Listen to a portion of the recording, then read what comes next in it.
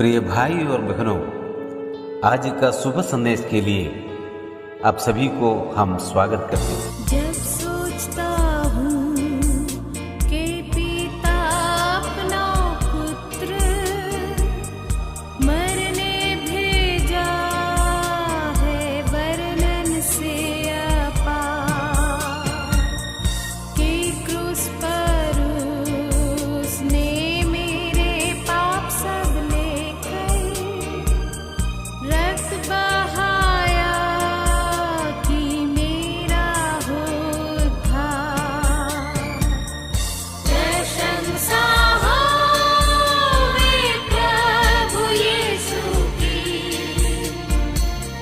कितना महान, कितना महान। आज का संदेश प्रभु के दास टीवी एंजनी अंग्रेज चर्च से बांटा जाएगा। प्रार्थना के साथ सुनिए। जय मसीह की। सुबह संदेश के द्वारा परमेश्वर के वचन जो सुनते हैं सभी श्रोतागणों को हमारा हार्दिक स्वागत है। आज का मनन के लिए अय्यूब की किताब 38वें अध्याय की 24वीं कलम, जॉब चैप्टर 38 वर्स 24। किस मार्ग से उजाला फैलाया जाता है और पुरवाई पर बहाई जाती है। प्रभु की नाम की महिमा हो।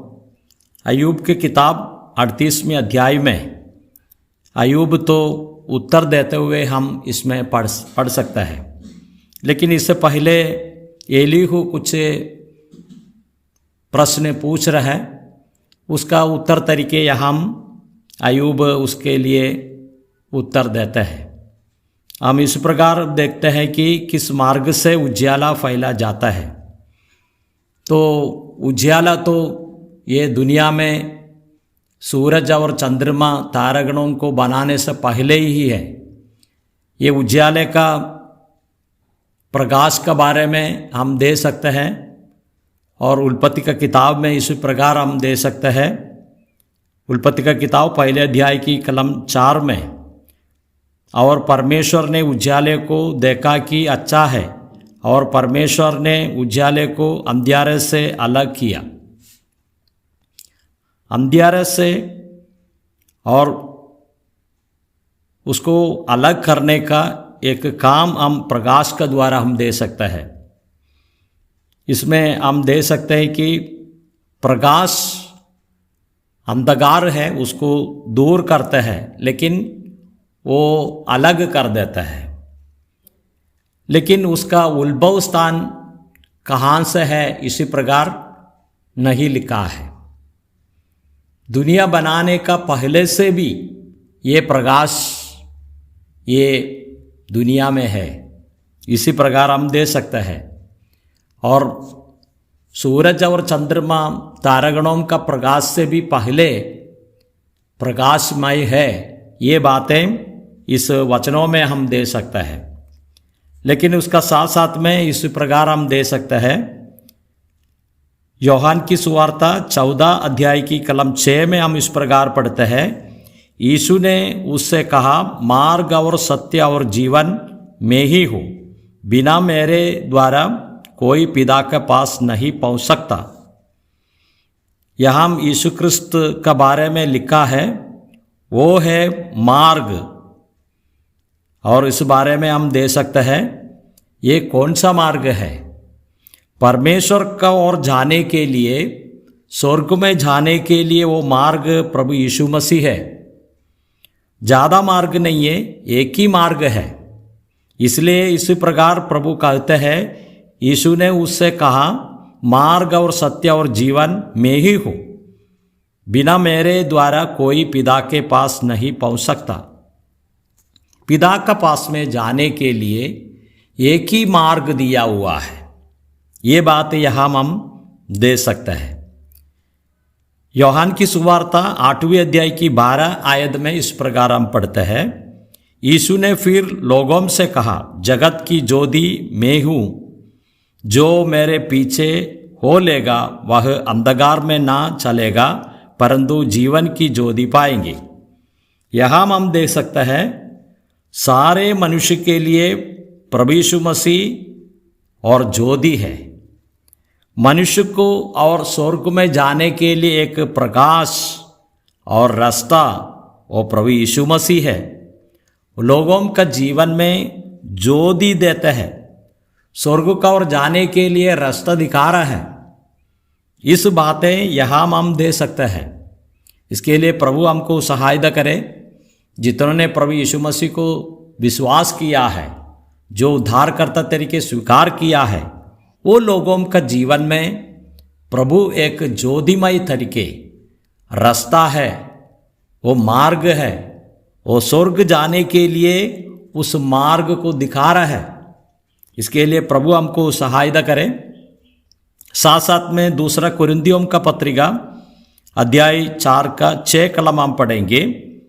इसलिए कि परमेश्वर ही है जिसने कहा अंधकार में से ज्योति चमके, और वही हमारा हृदयों में चमका कि परमेश्वर की महिमा की पहचान की ज्योति यीशु मसीह के चेहरे से प्रकाशमान हो। यहाँ हम दे सकते हैं, और प्रभु यीशु मसीह है ये ज्योति। हम दे सकते हैं परमेश्वर आकाश और पृथ्वी को बनाया, वो समय पर ज्योति आए, लेकिन कोई भी प्रकार का जाड़ या कुछ गर या कुछ इसी प्रकार का कोई भी चीज़ नहीं है। इसके लिए वो प्रकाश में कोई छाया का रूप भी हम देख नहीं सकता है। परमेश्वर का असली जो प्रकाश प्रभु यीशु मसीह है, और छाया बिना एक मनुष्य का जीवन में इस प्रकाश मिलते हैं।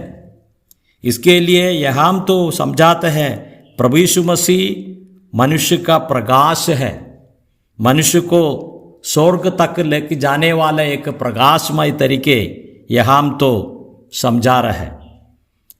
हम प्रभु को धन्यवाद करेंगे। इस ज्योति हमारा हृदयों में चमका है, इसलिए हम परमेश्वर को स्तुति करेंगे। पृथ्वी में ज्योति देने के लिए सूरज है, चंद्रमा है, तारागणों है, लेकिन वो ज्योति से मनुष्य का हृदय को प्रकाशित नहीं करेगा। केवल यीशु मसीह है मनुष्य को हृदय को प्रकाश देने वाला ज्योति। ये बातें यहाँ हम तो समझा रहे हैं।